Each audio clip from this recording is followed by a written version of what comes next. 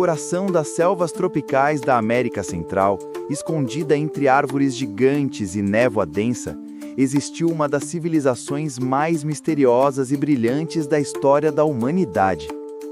Uma cultura que construiu cidades monumentais quando boa parte do mundo ainda vivia em pequenas aldeias. Um povo que decifrou o movimento dos astros, criou um calendário quase perfeito e deixou inscrições que ainda hoje desafiam arqueólogos. Essa é a história do esplendor e da queda da civilização maia. A história dos maias começa há milhares de anos. Por volta de 2000 a.C., pequenos grupos agrícolas começaram a se espalhar pelas terras férteis do sul do México, Guatemala, Belize e Honduras. Viviam próximos a rios, cultivando milho, feijão, mandioca e abóbora, o sustento que moldaria toda a sua cultura. Com o tempo, essas pequenas comunidades evoluíram. Os primeiros templos começaram a surgir, os líderes locais se tornaram governantes e a religião passou a ditar o ritmo da vida. Para os maias, o universo era dividido em 3 planos: o céu, a terra e o submundo. Tudo estava conectado por uma grande árvore sagrada, a ceiba, que ligava os deuses aos homens. Cada fase da vida, cada colheita e cada guerra tinha um significado cósmico. E a observação dos astros era mais do que ciência, era fé. Com o passar dos séculos, as aldeias se tornaram verdadeiras metrópoles da selva. Entre 300 e 900 DC, os maias atingiram seu auge, o período conhecido como o Clássico Maia. Essas cidades eram centros políticos, religiosos e astronômicos. No centro, erguiam-se templos e palácios. Em volta, moravam artesãos, escribas, guerreiros e camponeses. A sociedade era rigidamente hierarquizada. No topo, o rei, considerado um ser divino, descendente direto dos deuses. Abaixo dele, sacerdotes e nobres. E na base, o povo comum, que sustentava todo o império com o seu trabalho. Os templos, construídos com precisão e alinhados com os astros, funcionavam como observatórios. Os maias estudavam o Sol, a Lua, Vênus e as constelações. Sabiam prever eclipses e calcular ciclos lunares com erros de poucos segundos. Os maias criaram uma escrita única, uma combinação de símbolos, figuras e fonemas. Com ela, registravam histórias, genealogias, cerimônias e até transações comerciais. Seus códices, feitos de papel vegetal, eram verdadeiras obras de arte. Infelizmente, quase todos foram destruídos durante a colonização espanhola. Apenas 4 sobreviveram até hoje. A matemática maia era igualmente impressionante. Eles foram um dos primeiros povos do mundo a utilizar o número 0, um conceito que só seria amplamente aceito na Europa mais de 1000 anos depois. E o calendário? Os maias criaram 2, o Hab, solar, com 365 dias, e o Tzolk'in, ritual, com 260 dias. Juntos, formavam o ciclo de 52 anos, considerado sagrado. Cada ciclo marcava o renascimento do tempo, o reinício do cosmos. Mas o esplendor dos maias não se resumia à ciência. Era também espiritual, artístico e humano.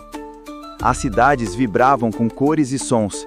As paredes eram pintadas com cenas de guerras, caças e cerimônias religiosas. Os maias acreditavam que o sangue continha a essência da vida. Por isso, os sacrifícios humanos eram vistos como uma oferenda sagrada aos deuses. A religião guiava tudo, desde o plantio do milho até a escolha do sucessor real. Cada acontecimento tinha um significado espiritual. E quando olhamos para as pirâmides maias, tão alinhadas com o sol e as estrelas, é impossível não sentir que esse povo realmente acreditava que estava em diálogo com o cosmos. Mas, como toda grande civilização, o apogeu dos maias também teve um fim. Por volta do século IX, sinais de crise começaram a aparecer. As grandes cidades do sul, como Tikal e Copán, foram gradualmente abandonadas. Populações inteiras desapareceram na selva. O motivo? ainda hoje é um dos maiores mistérios da arqueologia. Alguns cientistas acreditam que o crescimento populacional foi além da capacidade do meio ambiente. As florestas foram devastadas, os solos empobrecidos e as colheitas falharam. Outros falam em mudanças climáticas severas, longos períodos de seca que devastaram plantações e causaram fome. Há também evidências de guerras civis, rivalidades entre reinos e perda de fé nas elites governantes. O poder dos reis foi questionado, as pessoas deixaram as cidades em busca de novas terras e segurança. Em poucas gerações, o que antes era um império de esplendor se transformou em ruínas silenciosas.